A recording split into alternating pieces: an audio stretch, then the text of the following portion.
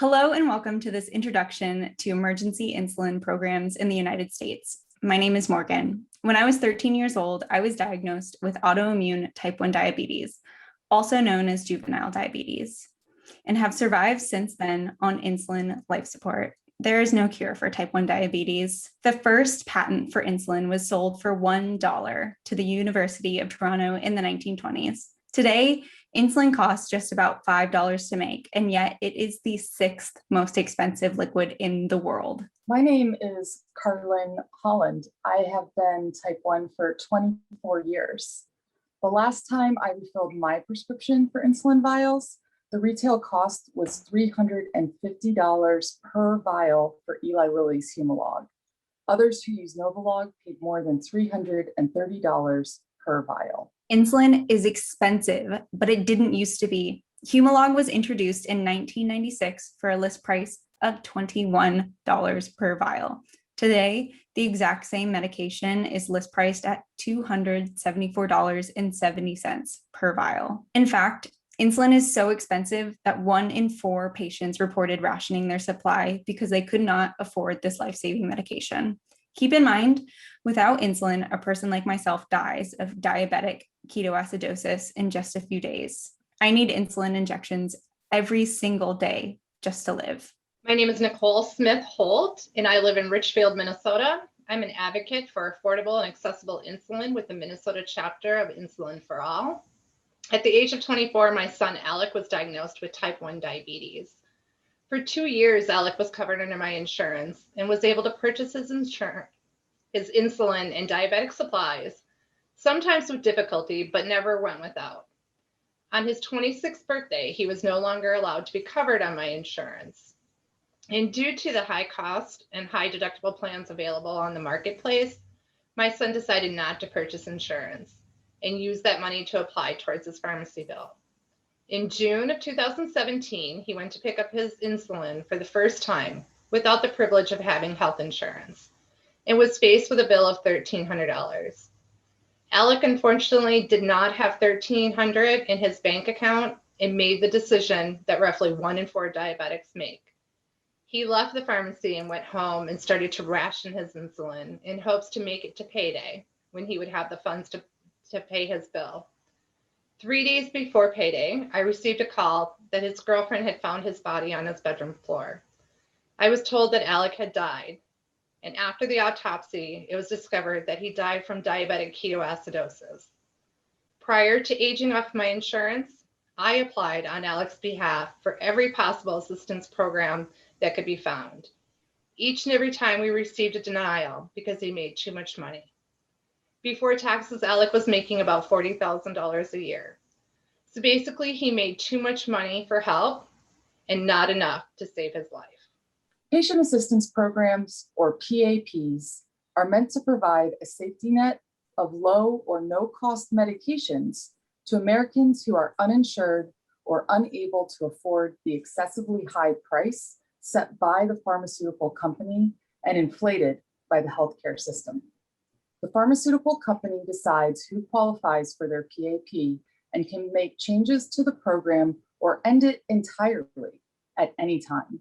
The pharmaceutical company is also allowed to claim the PAPs as deductions on their tax returns in the form of a charitable gift. After Alec died from diabetic ketoacidosis, Nicole and her husband James made it their passion and their purpose to ensure emergency insulin would be available to every person in Minnesota dependent on insulin to live.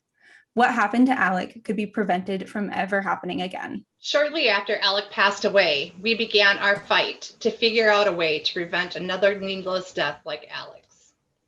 We started to make connections at our Minnesota legislature in bringing them the ideas of how we could create some kind of safety net program to provide insulin in emergency situations.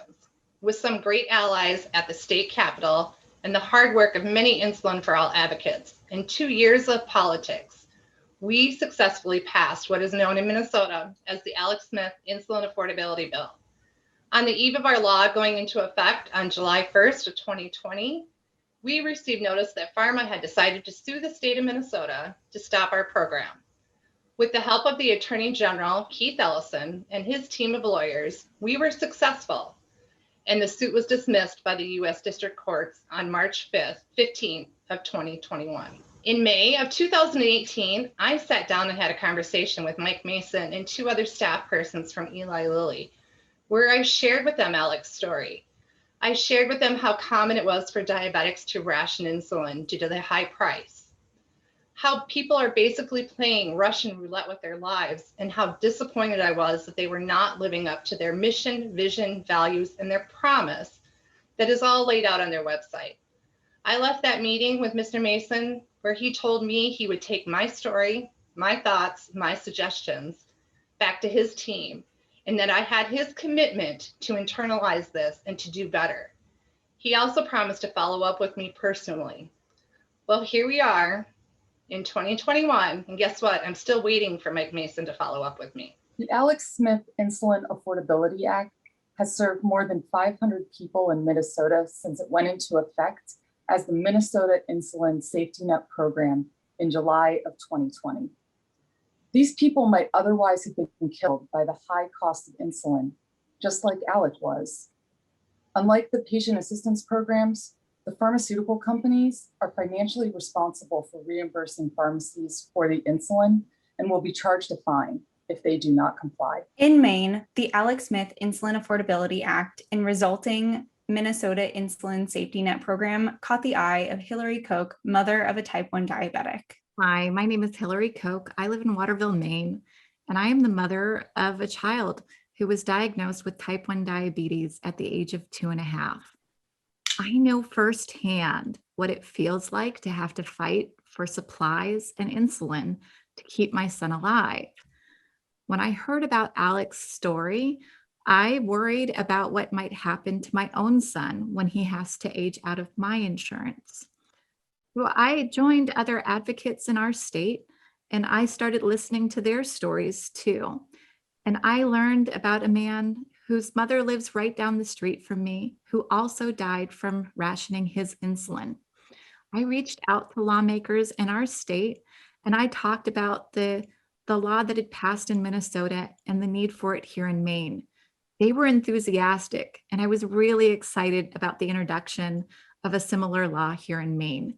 Every state needs to have a law like this because patient assistant programs can help some people, but there are just too many people who don't qualify for them.